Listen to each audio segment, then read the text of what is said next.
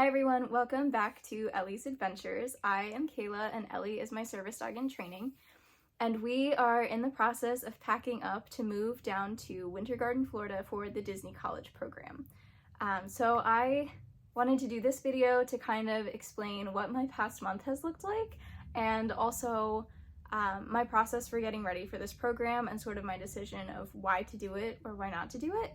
And I'm really excited. So I guess I'll kind of explain how I found out about the program. I think that's what I get asked the most.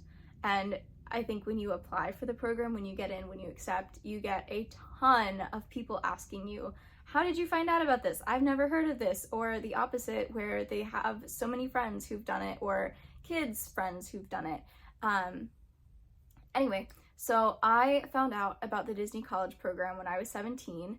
I am 23 now, and I believe you have to be 18 to do the program, that's usually when you would go in as a freshman in college, and you can do it after your first semester in college. So I found out about it when I was 17.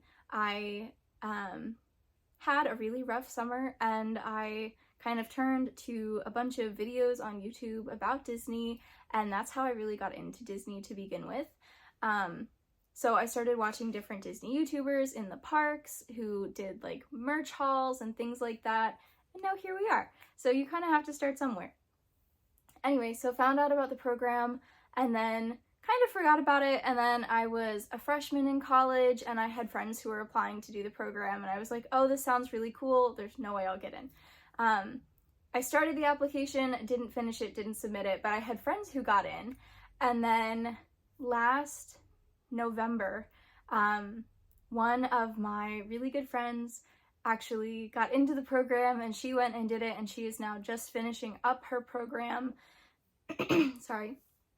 And so I decided to apply in January. So I applied on January 23rd of 2023, and I had my web-based interview within a couple days. Passed that. The web-based interview is a lot of like personality style questions and work-related questions. So I think it is a little bit helpful if you have some work experience, just so that you could say, honestly, some of their questions are something to the extent of like, do you think it's important to get to work on time? Do you often come to work late? If you were to be late, whether it was your fault or something else, would you let a leader know? That kind of a thing. So a lot of it is like punctuality based and personality based. So passed the web-based interview, and that one is completely online. You don't actually talk to a person. It's more like a questionnaire, and you have a certain amount of time to answer the questions. And then you have a phone interview. And so I can only really speak from my experience. I know past participants didn't have to do a phone interview, but they brought it back this year, which is kind of a good thing, I think. Anyway, it's really low key. It's about a 10-minute long conversation with the interviewer on the phone. Be smiley while you're doing the interview if you're going to interview, because they can hear you smile and they want you to, like you're going to be in a guest-facing role most of the time. So you want to be excited and happy to do this. So I did that. I was incredibly nervous. I had like this whole sheet I had listed out of all of the different things I wanted to ask or things that I thought were important to note. I had a space to like write down my interviewer's name so that I could be more personable. Anyway, that went great, and within a week I had my acceptance. And the acceptance is really just an email saying you've been accepted into the Disney College program. And then from there it becomes kind of this timeline of different things. So don't be freaked out if you accept and you pay your first deposit and you don't hear anything for a month. I got accepted the first week in February, and I don't think I heard anything until March after I paid that first deposit. And then you'll have to sign up for housing. So you can either opt into Flamingo housing. Flamingo Crossings Village is where all of the program participants live, or you can opt out of housing and you can find your own housing in the like in the Winter Garden or Orlando, Kissimmee kind of area. But the kind of downside to that is that you don't get access to Flamingo Crossings amenities or to the bus service to the parks or to your job, so you would have to drive. But it's totally your choice, however you want to do it. I opted into living at Flamingo so that I wouldn't have to go and find housing. So Ellie and I are moving down there in 2 days, which is absolutely crazy to me. So in future videos, you guys will see what my apartment looks like. I am in a 4x2, which means there are 4 bedrooms and 2 bathrooms. So I will share a bathroom with one of the other girls down there. But we'll each have our own bedroom, which is kind of nice. There's also a 2x2 option where you have 2 bedrooms, 2 bathrooms, you share a bedroom and a bathroom. And then there's a 4x4 option, 4 bedrooms, 4 bathrooms, you get your own bedroom and your own bathroom. That one is a lot more expensive. And you don't get to choose, they assign it to you. So that's a thing. And all of your rent and like utilities and that come out of your paycheck every week. So you're not getting your full paycheck since part of it is going to rent, but that's kind of how it would be if you were renting somewhere too. They just wouldn't automatically deduct it from your payroll. Anyway, so signed up for housing. I was able to get a parking pass so I can bring my car, which is very exciting, especially having Ellie if I ever need to do an emergency vet visit, or if we need to do a training session, or if we need to go to PetSmart and buy pet food, not pet food, dog food, then we can go and do that. So that was that process. Getting a parking pass, I was super stressed out about it, and some of my friends who were kind of like watching the process can tell you I was very stressed out about it. It wasn't that bad. I was on there at 8 a.m. when it opened to be like, oh my god, I need to click refresh as soon as I can so that I can get a parking pass. I did get the parking pass, and it did not need to be as stressful as it was, but I think it probably is to your benefit to register when they first come out as opposed to waiting a couple days just to make sure you get one if you want one, because you really can't bring a car if you don't get a parking pass. And parking passes right now are $180 for your program. If you extend, you have to pay a little bit more. So they're a little bit pricey, but I will say at my college it was like $400 a year, so $180 for a semester was not that unheard of for me. Let's see, what else? So then getting your role, that's, you know, like the most exciting part, right? So you get your role or your tentative role about 3 weeks before you get down there, I think. Which is probably about right. I think that's when I got mine. So the thing about the program is that not everything is going to be like spelled out for you, and not all of your emails will come directly from Disney. So for your role, you're going to get a Workday like email. So Workday is an app about working for a certain company, and the company inputs all your information into this app kind of as like a vessel for the information. So I got the Workday email, I opened it up, and it is just kind of like a series of code, and I was like, what does this mean? And so mine was WDW, so Walt Disney World, CP, college program, and then it was H/H, which is host/hostess, resort concierge. And I was like, what does that mean? Am I working in a restaurant? Am I working in a specific resort? It didn't have anything specific on it. And then I opened up Workday and I started to fill out my paperwork, and that's where you get kind of a more specific job code. So mine, to start, and keep in mind your job can change between the time that you get that Workday, and then if you have an accommodation that needs to go through, it can change, and then if you, for whatever reason, before you get there, they can change it. Like if someone else has an accommodation, it needs to be switched to the role that you have. So you're not guaranteed a specific job, and you don't have any say in what job you have. So it really is just you go down and you kind of do the job they assign you.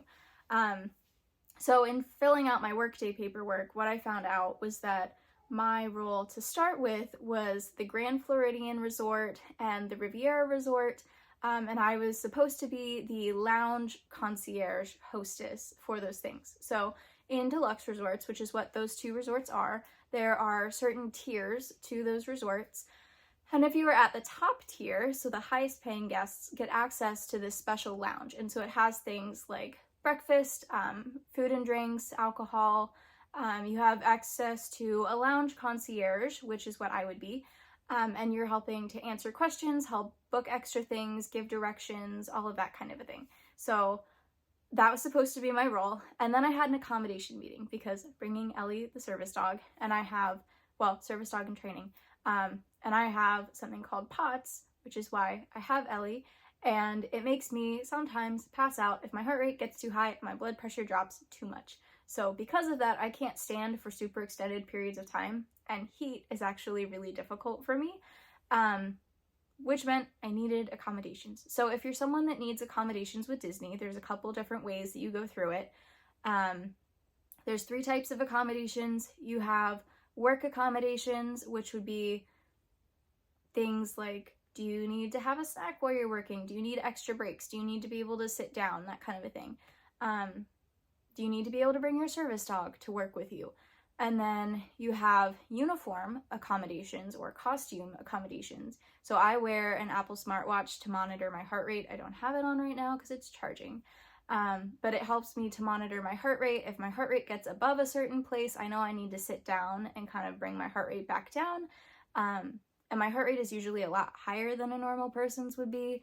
And so it's something that helps me to really monitor my symptoms. And if I get to a certain point with my heart rate, I usually start to feel kind of off, and then I know I need to go take a salt tab, which is one of my accommodations. Anyway, and so those are all specific to you. So if you have to apply for an accommodation, they're going to assign you a case manager, although that's not what they called themselves when I was on the phone. And they're going to call you about a week or 2 before you get there. You do have to set up an appointment, so make sure you're ready at your phone for that appointment. But they're going to look at your accommodations when you apply, and that is simply filling out a form with your doctor and then sending it in. And then they'll get back to you and say, oh, we received your form, set up an appointment with us. And then you'll have your appointment over the phone. They'll talk about what your intended role is, and what accommodations you need that your doctor has said that you need and what you have said that you need to make sure that they line up, and then to make sure that they can accommodate you in that role. If they can't, they may move your role. So you do have to be kind of flexible. So my role was supposed to be Grand Floridian and Riviera. I am now at the Riviera still and Yacht Club. I think because of some food allergy type stuff, which is totally okay. I'm excited to still be in like the same kind of a role, and you don't get to choose your role. I think the reason that I ended up as a lounge concierge is because I ran concierge desks for the school that I used to go to as like a student manager. So I have a fair amount of experience with that, and I help to manage a staff of people. So this is kind of an easy transition for me because I've already done it in the university setting, and now I'll be doing it at a resort. Which is very exciting. So anyway, so back to the accommodation. So then you have your uniform accommodation. So my accommodation for my uniform needs to be that I can have a water bottle on me, so one of those little like black packs that they have at Disney that you'll see cast members wearing, and I have to be able to have salt tabs on my person and to wear my smartwatch. And with the smartwatch, like there's only certain color bands you can wear, so I'm bringing like a nude colored one, and hopefully that'll be okay. Otherwise, I'll need to get a black one when I get down there. And then the last accommodation is housing. So housing is totally separate from all of your like Walt Disney World Company accommodations, because Walt Disney World does not own Flamingo Crossings. They kind of like lease out the housing to Disney. So that's a whole different process. So if you need a housing accommodation, so you need a single room for some reason, and I will say that the 4x2s and the 4x4s, usually you only get if you have a medical accommodation.